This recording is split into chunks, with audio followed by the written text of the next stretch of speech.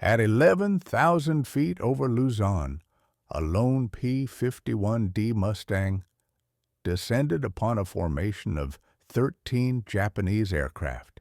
The Packard Merlin engine roared at maximum military thrust, pushing the airspeed beyond 350 miles per hour. The ammunition indicators displayed 1,800 rounds distributed across the 6 mounted guns. The calculation was straightforward.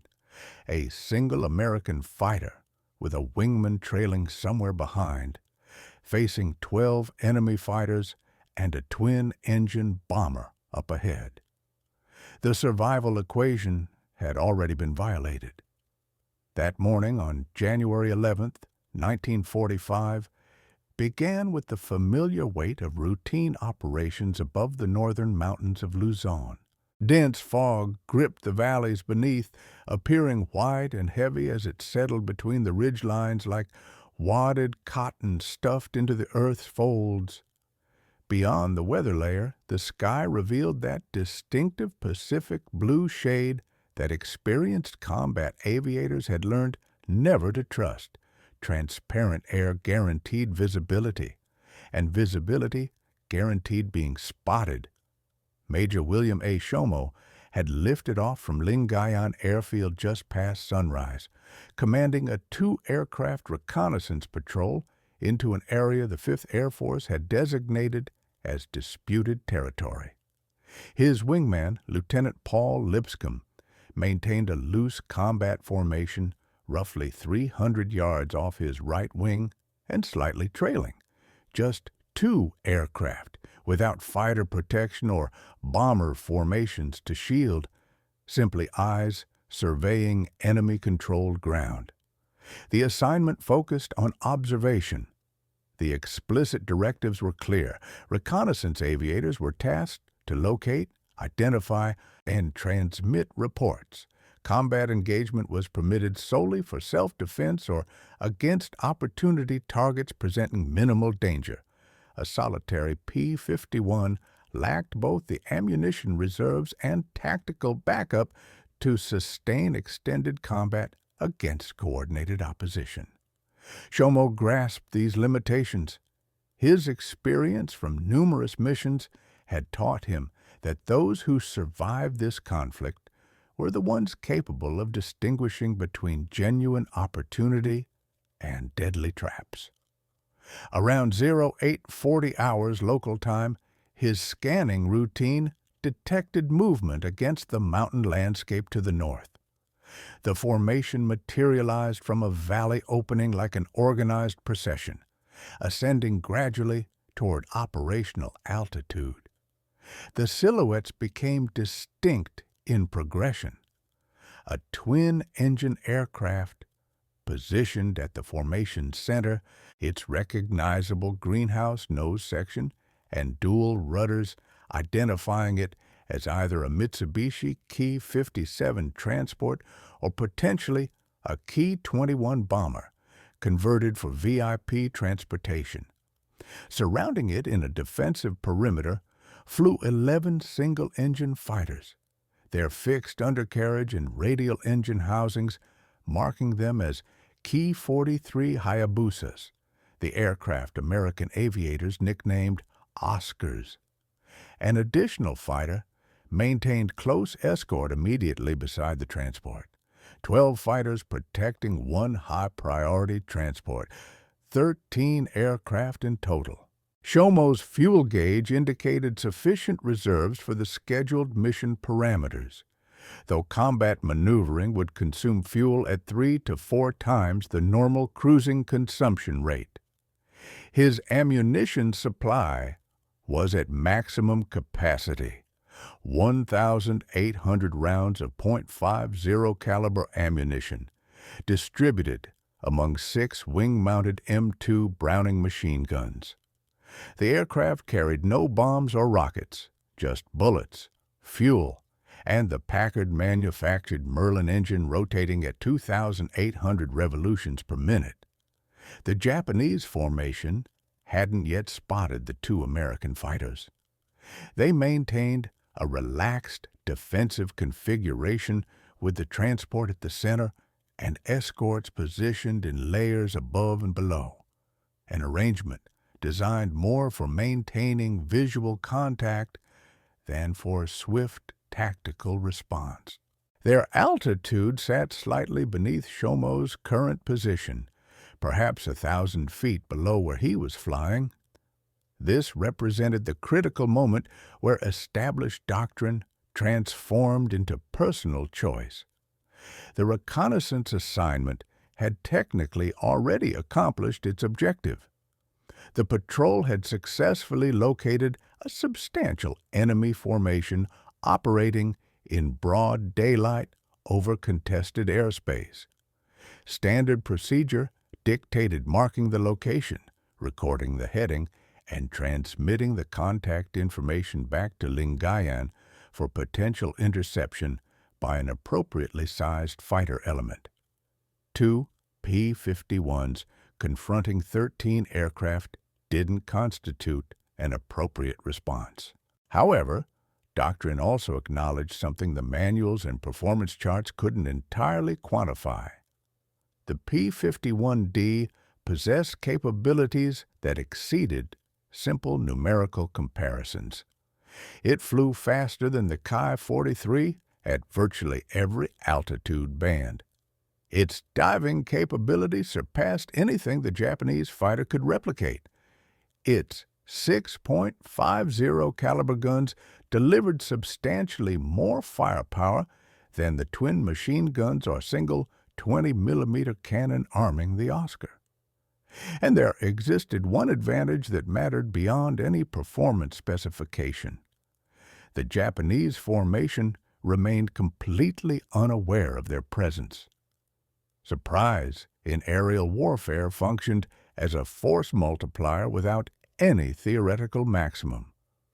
A fighter pilot achieving total surprise against an enemy formation could attack, inflict significant damage, and withdraw before coordinated defensive measures became feasible.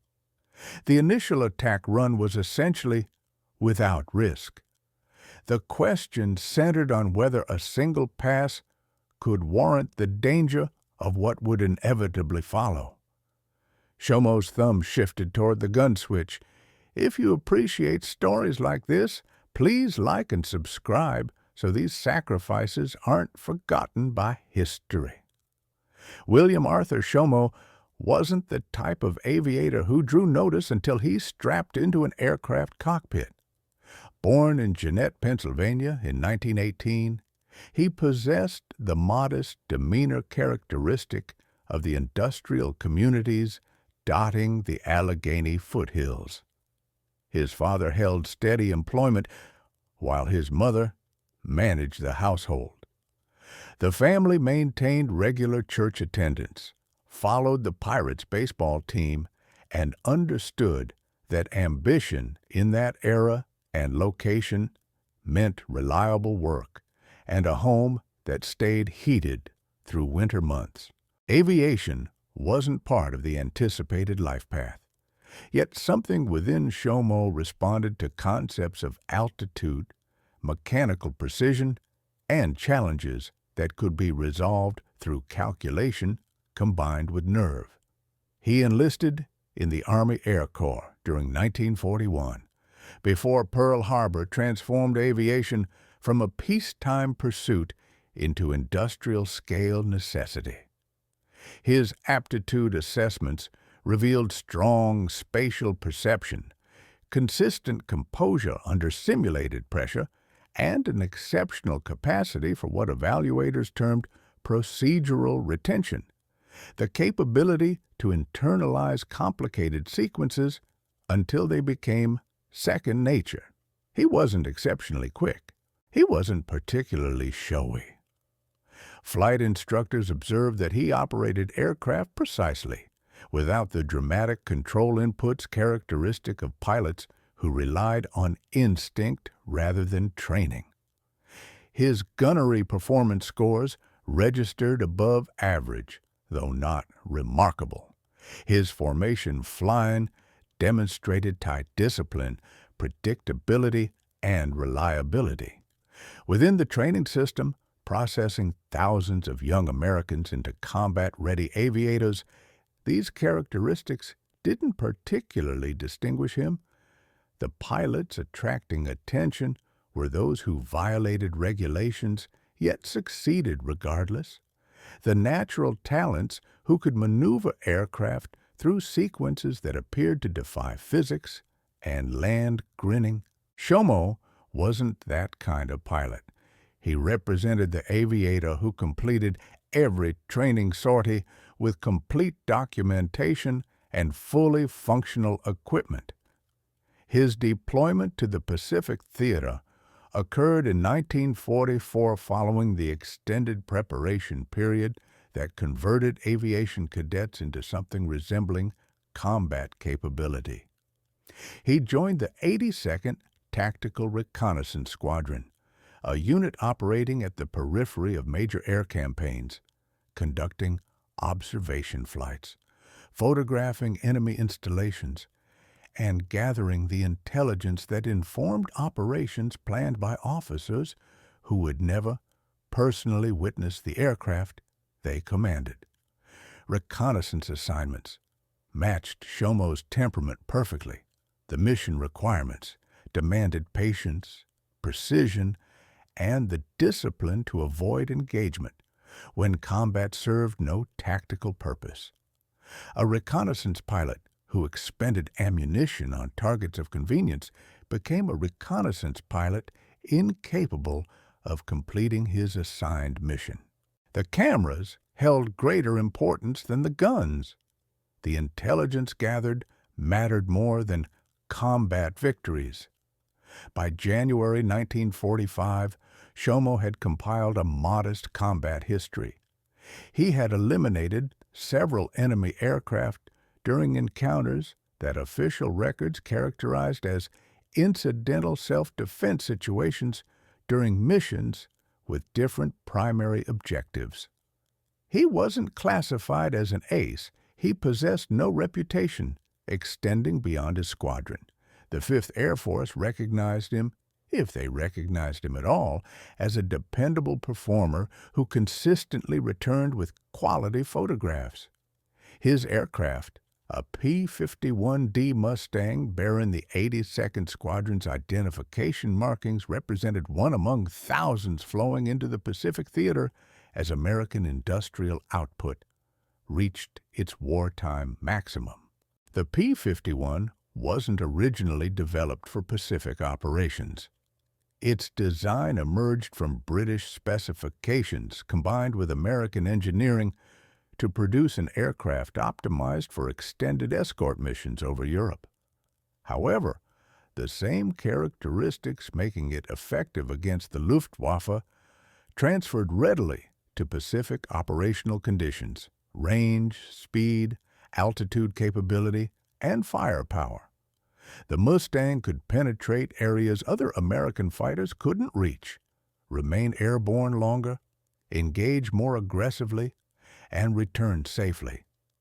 Its Packard Merlin engine, a licensed manufactured version of the Rolls-Royce power plant equipping Spitfires, generated over 1,400 horsepower at altitude while maintaining reliability across the temperature variations of Pacific deployments. Shomo understood his aircraft thoroughly. He recognized the specific vibration indicating the Merlin reaching optimal operating temperature. He knew the visual reference confirming proper trim settings and the control pressures signaling airspeed without requiring instrument consultation. He understood the aircraft's handling characteristics at the boundaries of its performance envelope, not from dramatic experimental flying, but from accumulated experience across hundreds of hours in the same aircraft type. This knowledge didn't represent wisdom in any philosophical sense. It constituted something more fundamental and practically useful: familiarity profound enough that the machine became an extension of intention. On the morning of January 11th, Shomo experienced no particular premonition. His assignment was reconnaissance. His orders specified observation. His expectation involved a flight through contested airspace, surveying enemy positions, and returning to Lingayen, with photographs helping planners understand Japanese activities in the mountains of northern Luzon. The encounter that subsequently unfolded would fundamentally transform his military record and earn him the highest honor his nation could award. But in the cockpit approaching that 13-aircraft formation, none of that future existed yet. Only the present moment existed, the aircraft, the enemy, and the decision before him. The missions preceding January 11th had instructed Shomo on surviving in hostile airspace. His flight records from late 1944 revealed the pattern. Extended reconnaissance sweeps across Luzon and neighboring islands, photographic runs documenting enemy supply routes and defensive installations, occasional encounters with Japanese fighters requiring evasion far more frequently than engagement. The 82nd Tactical Reconnaissance Squadron operated without the protective coverage shielding bomber formations and fighter escorts during major air operations. Their missions constituted small unit actions, flights of 2 or 4 aircraft navigating through airspace where detection meant immediate danger and assistance was measured in hours instead of minutes.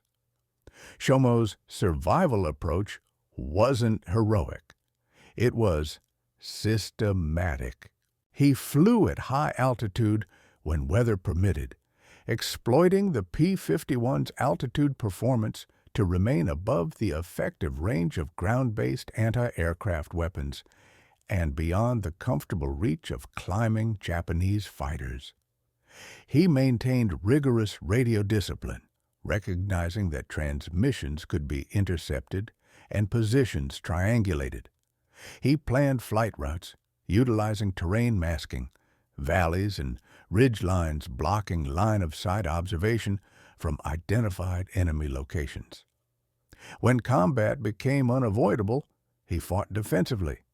The engagements documented in his logbook demonstrated a consistent pattern: brief contacts, opening attacks exploiting surprise, immediate disengagement when tactical superiority was compromised, and rapid withdrawal toward friendly territory using the Mustang's speed advantage. He registered kills, but he didn't pursue kills. This distinction proved critical. A fighter pilot pursuing kills remained in the combat zone, maneuvering for advantageous position, extending engagements, accepting the risks of depleted ammunition and fuel in exchange for confirmed destructions. This methodology worked for pilots with escort support, numerical superiority, or exceptional individual capabilities. It didn't work for reconnaissance pilots operating independently in enemy-controlled airspace. Shomo's methodology was more straightforward. He accepted what the tactical situation presented and departed before circumstances could deteriorate. This wasn't cowardice. It was calculation. The P-51's performance specifications told a story, shaping rational tactical decisions. At sea level, the Mustang achieved approximately 440 miles per hour in level flight, faster than any Japanese fighter in standard service. At altitude, this advantage increased substantially. The Merlin engine supercharger maintained power output above 20,000 feet, where Japanese aircraft began experiencing reduced oxygen delivery to their carburetors. In diving flight, the disparity became absolutely decisive.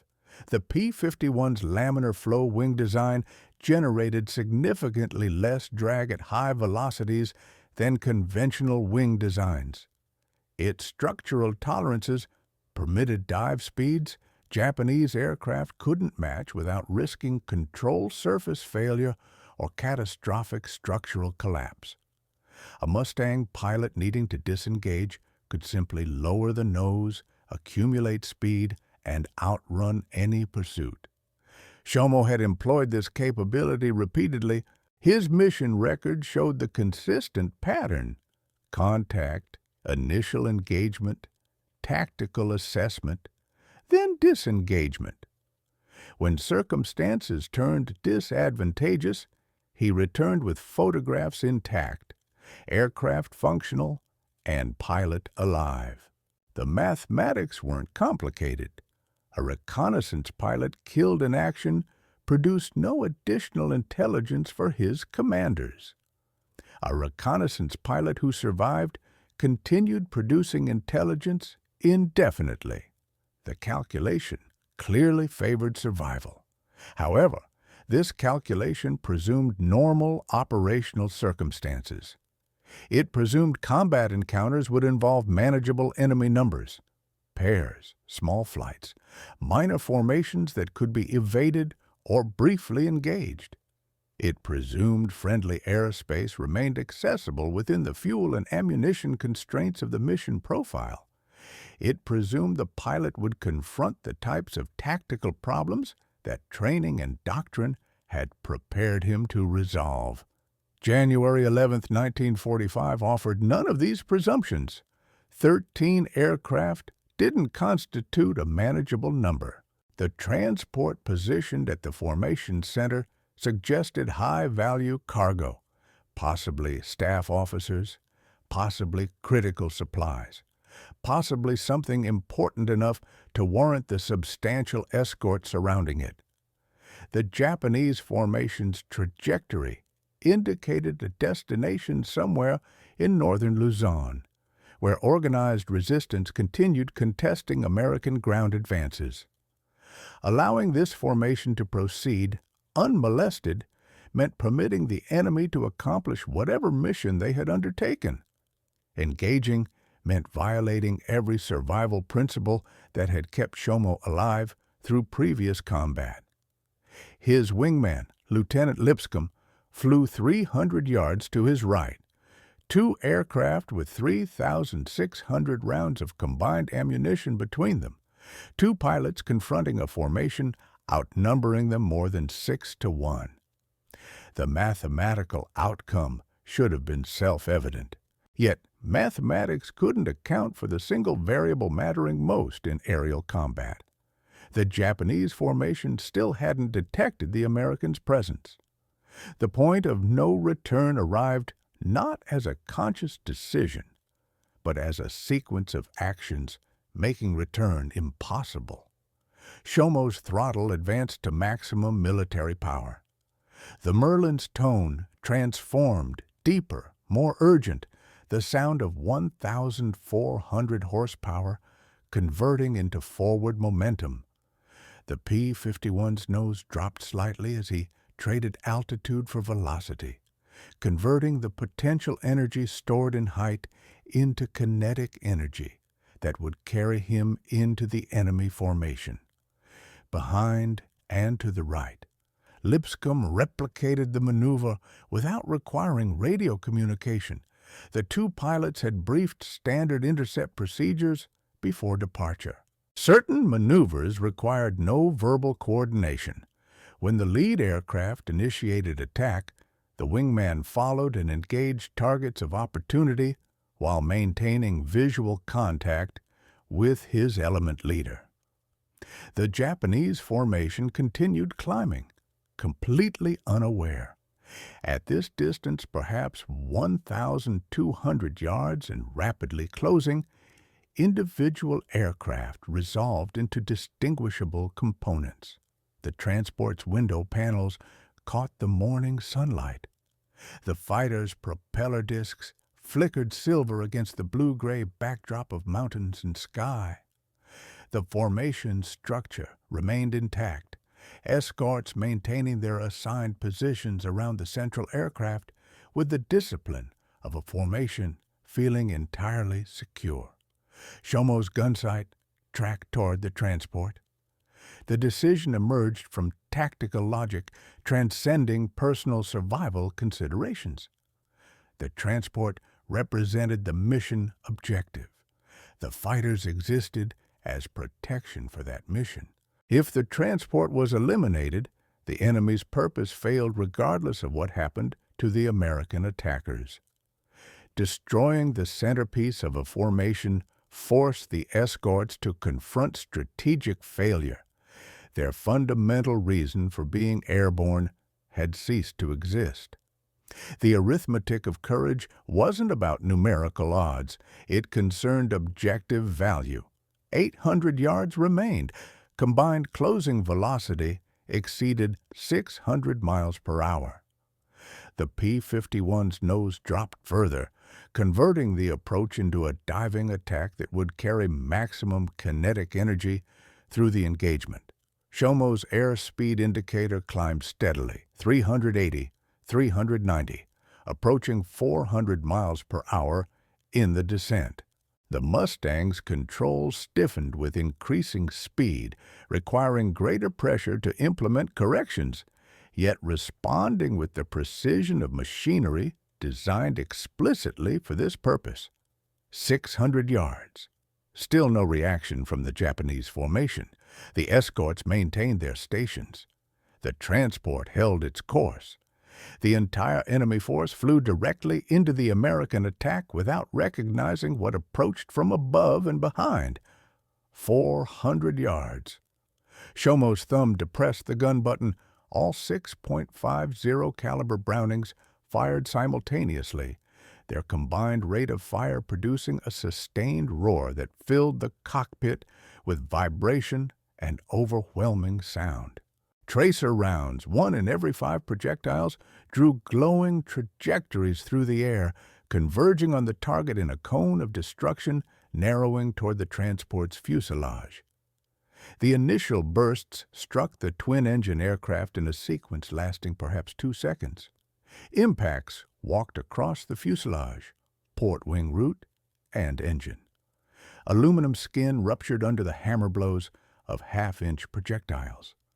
Smoke began streaming almost immediately, white initially, suggesting coolant or hydraulic fluid, then darkening toward the gray-black of burning oil.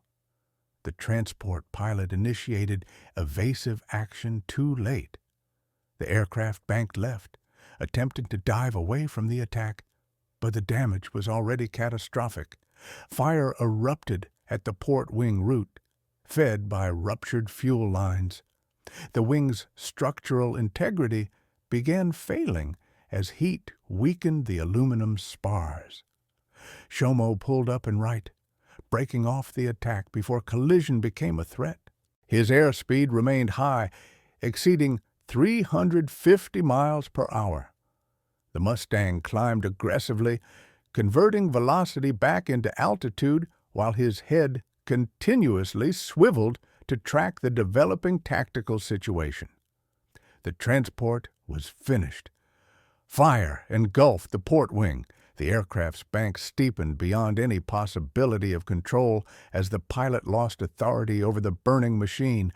It would impact the mountains below within mere seconds. But the engagement had only just begun. 11 fighters remained. They had witnessed the destruction of their principal asset. They now understood that American aircraft occupied their airspace, and they were reacting accordingly. The doctrine Shomo violated wasn't arbitrary regulation. Fighter combat training emphasized numerical superiority because numbers represented fundamental physics. A single fighter, engaging multiple opponents, faced geometric disadvantages that no amount of skill could fully overcome. While engaging one target, others maneuvered for advantageous position. While tracking one enemy, others disappeared from visual contact. The human eye could only focus on a single point at any moment. The aircraft could only turn in one direction at a time. Multiple opponents created simultaneous problems that single pilot operations couldn't resolve. The standard tactical response to engagement against superior numbers was straightforward: attack, disengage, escape, exploit the initial surprise, accept whatever damage could be inflicted during the first pass, then utilize speed and energy to exit before coordinated defense could develop. Shomo's aircraft passed through the formation's altitude band in a climbing turn. He didn't exit the engagement area. His head tracked continuously, absorbing the positions of enemy fighters as they reacted to the attack. The formation had scattered, its cohesion shattered by the shock of the transport's destruction. Some fighters dove toward the burning wreckage, perhaps attempting to confirm the attack's nature. Others climbed toward the American aircraft, seeking to establish an altitude advantage. The tactical situation had become chaos, but chaos could be exploited tactically. Shomo completed his climbing turn and reversed direction, diving back toward the formation from an angle the climbing Japanese fighters couldn't easily counter. A Ki-43 that had separated from the main group crossed his gun sight at approximately 400 yards, close enough for effective fire, distant enough to allow correction if the enemy maneuvered. The Japanese pilot hadn't yet reacquired the American fighter's position. Shomo fired a burst of roughly 200 rounds. The tracer stream walked across the Ki-43's engine cowling and cockpit area. The fighter rolled inverted, smoke pouring from the radial engine, and began the steep descent indicating total loss of control. Second confirmed kill, perhaps 20 seconds since the engagement's initiation. Behind him, Lipscomb had engaged targets independently. The wingman's firing could be detected on the radio, the squelch breaking momentarily with electrical interference generated by gun discharge. His attacks amplified the confusion, forcing Japanese pilots to track multiple threats rather than concentrating their response against a single American aircraft. A Ki-43 appeared in Shomo's peripheral vision, closing from 7 o'clock low. The human visual system detects motion before identifying shape. Something was moving in a quadrant representing immediate threat. Shomo responded before conscious recognition formed. Stick back and right, pulling the Mustang into a climbing turn that increased the angle off between his aircraft and the approaching fighter. The enemy pilot had anticipated a straight flight path. His guns fired into vacant air as Shomo's turn carried the P-51 out of the firing solution. The Ki-43's superior turn rate at low speed would eventually bring it around for a second attack, but that maneuvering consumed time. Time represented the resource Shomo exploited most effectively. He continued the turn through a complete 360 degrees, finishing a full circle while scanning for his next target. The maneuver cost both altitude and airspeed. The physics of sustained turning required sacrifice of energy, but it also maintained situational awareness at a moment when orientation mattered more than specific position. A second Ki-43 entered his field of view. This one was attempting to climb toward his altitude band from below. The geometry wasn't ideal. The enemy aircraft presented a nose-on aspect, a difficult deflection shot requiring significant target lead. But the alternative was allowing the enemy to complete his climb and establish an attack position. Shomo pushed the nose down, diving toward the ascending fighter. The closure rate approached 700 miles per hour combined. The window for effective fire would last less than 2 seconds. His gun sight tracked above the enemy aircraft's nose, compensating for the lead angle required at this convergence geometry. He fired. The burst was shorter than training doctrine recommended, perhaps 150 rounds, but the angles aligned perfectly. Tracers flashed past the Ka-43's nose, then through it, then into the engine cowling as the relative motion carried the impact pattern across the airframe. The Japanese fighter's climb terminated in smoke and falling debris. 3 kills confirmed, elapsed time approximately 40 seconds. But the engagement was evolving faster than any single pilot could completely track. Japanese fighters had recovered from their initial disorganization. They were forming into smaller groups, attempting to coordinate attacks against the 2 American aircraft that had shattered their formation. Shomo's fuel consumption had increased to combat rate, approximately 3 gallons per minute at full throttle, consuming reserves that couldn't be replaced until reaching friendly territory. His ammunition counters had dropped by approximately 500 rounds. The mathematics that had seemed impossible at the engagement's beginning remained impossible. Yet he was still flying, still fighting, still inflicting damage on the enemy. The decision that no training manual addressed was the decision to continue the engagement. The Japanese formation's response demonstrated the observable patterns of disruption. Individual fighters that had formed the transport's escort now flew independent courses, their original defensive geometry dissolved by the American attack. Some climbed, some dove, some circled the area where their principal had crashed into the mountains below, as though uncertain whether continued flight served any remaining purpose. Shomo identified this dispersion as exploitable opportunity. An organized fighter formation could concentrate firepower, coordinate attacks from multiple angles, and protect individual aircraft through mutual support. A dispersed collection of fighters operating independently could be engaged piecemeal, 1 aircraft at a time, each encounter isolated from the others by the confusion of combat. His altitude had decreased to approximately 8,000 feet. Airspeed remained above 300 miles per hour, adequate for continued maneuvering, though below the optimal energy state for aggressive engagement. The P-51's engine remained at full military power, the Merlin running hot but within acceptable limits. 2 Ka-43s appeared ahead, separated from each other by perhaps 500 yards.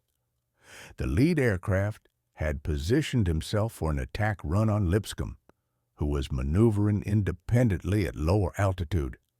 The second aircraft appeared to be following his leader without clear tactical purpose, perhaps newly commissioned, perhaps confused, perhaps simply overwhelmed by the pace of events unfolding around him. Shomo attacked the trailing fighter first. His diving approach carried him into firing range before the Japanese pilot recognized the threat developing behind him. A burst of approximately 175 rounds struck the fighter's wing root and fuselage. Fire appeared almost immediately, the characteristic orange-white of burning fuel indicating a ruptured tank. The Ka-43 entered a descending spiral from which recovery was impossible. 4th kill confirmed. Perhaps 90 seconds had elapsed since the engagement's beginning. The lead Japanese fighter had witnessed his wingman's destruction. His attack run on Lipscomb was immediately abandoned. The American wingman's position no longer mattered when an immediate threat occupied his rear quarter. He broke hard left, diving toward the terrain in an attempt to escape. Shomo followed in pursuit. The chase carried both aircraft below 6,000 feet into the altitude band where mountains transformed from backdrop into physical obstacles. Valley walls rose on either side, channeling the pursuit into corridors that limited maneuvering options significantly. The Ki-43's pilot flew aggressively, using terrain features for cover, but the P-51's speed advantage eroded his lead with every passing second. At a range of approximately 300 yards, Shomo fired. The burst proved accurate. Hits registered across the fighter's empennage and rear fuselage. The aircraft didn't immediately catch fire, but control surfaces visibly failed. The rudder deflected at an angle inconsistent with deliberate pilot input, and the horizontal stabilizer showed damage affecting pitch authority. The Japanese pilot attempted to maintain controlled flight. His aircraft descended toward a valley floor offering no safe landing area. The final moments of his flight disappeared beyond a ridgeline. The outcome remained unclear, but the trajectory was unmistakable. Another enemy fighter eliminated. 5 kills confirmed or probable. 2 minutes had elapsed since initial engagement.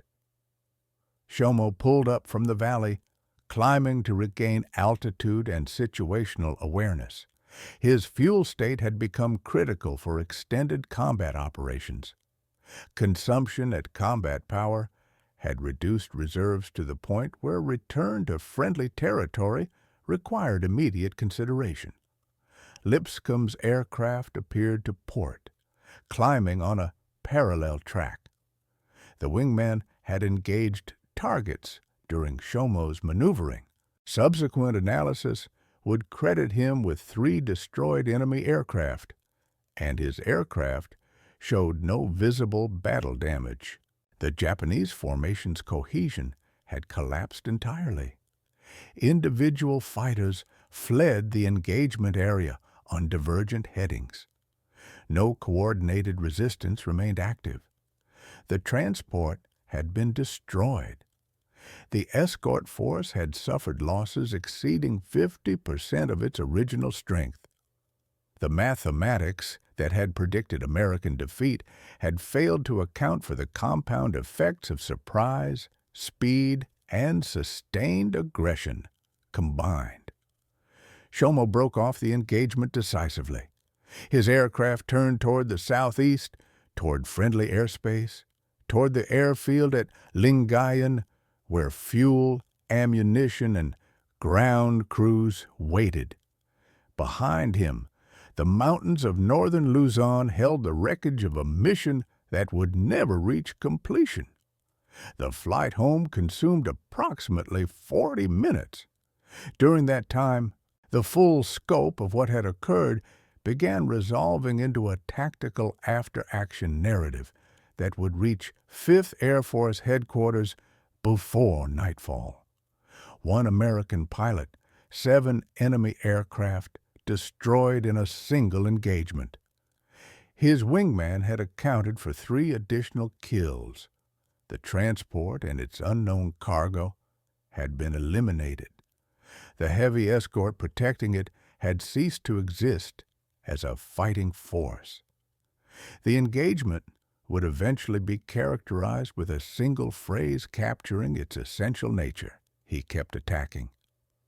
The Medal of Honor citation for Major William A. Shomo reads with the procedural restraint characteristic of official military documentation.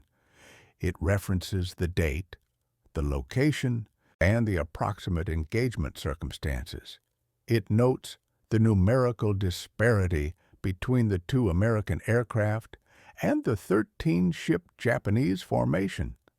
It describes Shomo's decision to attack despite overwhelming odds and credits him with destroying 7 enemy aircraft in a single engagement, 6 fighters and 1 bomber, while his wingman accounted for 3 additional kills. The language remains precise. The emotion remains absent. This represents the nature of official recognition. The citation exists as historical record, not as narrative storytelling. It confirms that certain actions occurred, that those actions satisfied the criteria for the nation's highest military honor, and that the individual named demonstrated extraordinary valor beyond the call of duty. What the citation cannot capture is the texture of the actual experience, the vibration of the airframe under sustained gunfire, the tunnel vision accompanying high-G maneuvering, the sweat accumulating in flight gloves despite the cold of high altitude, and the particular clarity of thought emerging when survival became a problem measured in seconds rather than hours.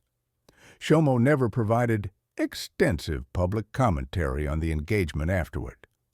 Following the war's conclusion, he returned to Pennsylvania, to the landscapes and communities that had shaped his formative years. He pursued a career in aviation that extended his connection to flight without requiring combat engagement. He married, raised children, and participated in the ordinary rituals of post-war American life. His name appeared occasionally in retrospective accounts of Pacific air combat operations. Veterans organizations recognized his achievement periodically. Aviation historians included his engagement in analyses of Mustang operations against Japanese forces. But Shomo himself remained largely silent about the specifics of what had occurred above Luzon. This silence wasn't unusual among Medal of Honor recipients. The men receiving that recognition often struggled to reconcile the official narrative of heroism with their own internal experience of events that felt in the moment more like instinctive reaction than conscious decision-making. The citation described courage and valor. The pilot remembered survival mechanics. The citation described extraordinary heroism. The pilot remembered the sequence of actions keeping him alive for another 5 seconds, then another after that. The cost of aerial combat wasn't primarily measured in casualties, though casualties were certainly real and significant. The cost was measured in accumulated stress from repeated exposure to circumstances where death seemed probable, and prevention remained uncertain. Pilots surviving these experiences carried them forward into lives fundamentally shaped by what they had witnessed and done. Some spoke of their service freely and frequently. Others maintained the silence that Shomo largely adopted. Neither response proved more valid than the other. What remained constant was the gap between official recognition and personal memory. The Medal of Honor citation for William A. Shomo describes an engagement lasting approximately 2 minutes. During that time, he destroyed 7 enemy aircraft and contributed to the destruction of 3 others by his wingman. The official record characterizes this as extraordinary heroism in aerial combat. The pilot who climbed out of that P-51D Mustang at Lingayen Airfield understood only that he had survived a situation that should have killed him. He had attacked when doctrine mandated evasion. He had continued when mathematics dictated stopping. He had pressed his advantage until advantage became overwhelming superiority, until the formation that outnumbered him ceased to exist as a fighting force.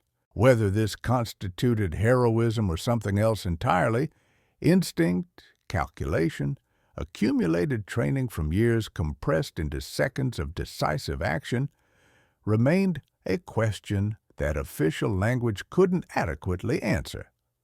The mountains of Luzon retained the wreckage from that January morning.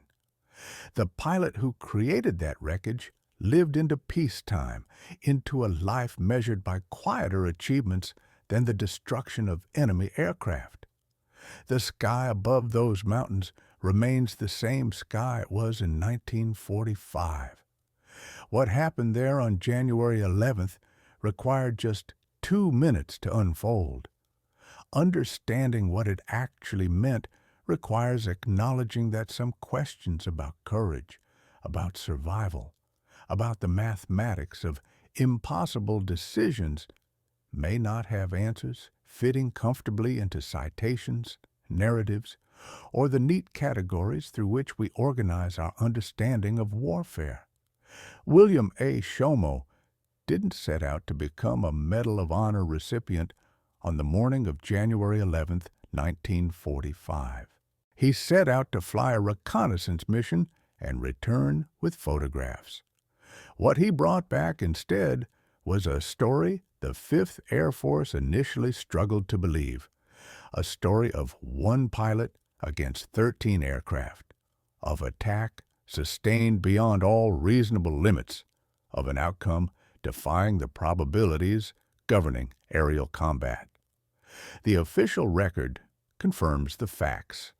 The silence that followed confirms something else entirely, that the men who lived through such moments often found them impossible to discuss, not because the memories caused pain, but because the language available to describe them proved fundamentally insufficient. He kept attacking. That phrase, in its simplicity, contains everything the citation states and everything it leaves unsaid. A pilot faced impossible odds and refused to accept the impossibility. The mathematics failed. The pilot survived. And somewhere in that gap between failure and survival lies the truth of what aerial courage actually meant in the skies above the Pacific during World War II.